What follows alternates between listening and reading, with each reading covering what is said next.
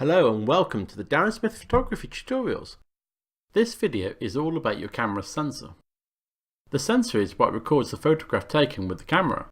For those who shoot with traditional film, this is a direct equivalent. Camera sensors have improved drastically over the last 20 years with regards to their sensitivity and clarity. For example, my first digital camera, which I bought in the year 2000, had a pixel density of less than 3 megapixels, whereas today's sensors range up to 50 megapixels. Modern sensors have ISO ranges of up to 102,000, which is extremely sensitive compared to the maximum from the year 2000 of 1600. That's roughly 64 times more sensitive and much better in low light conditions.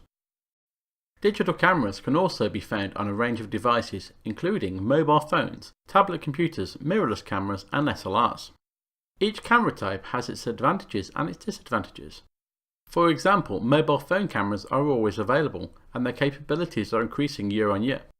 This explains the 1.3 trillion photographs taken last year using mobile phones, leading to over 80% of all photographs taken. This also explains why so much investment in mobile phone technology takes place with the big companies. You may be wondering, why am I telling you this?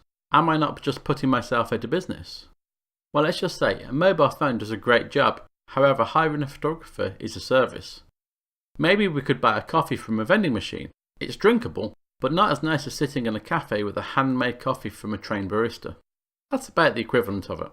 An SLR, as well as the mirrorless cameras, will have a much larger sensor and have much more control over the picture being taken. The larger sensor will gather light more efficiently, but they are often much more bulkier and heavier to carry around than a mobile phone. One thing to note about these types of camera is their sensor size. A larger sensor can have more pixels on it, increasing the capabilities of the sensor.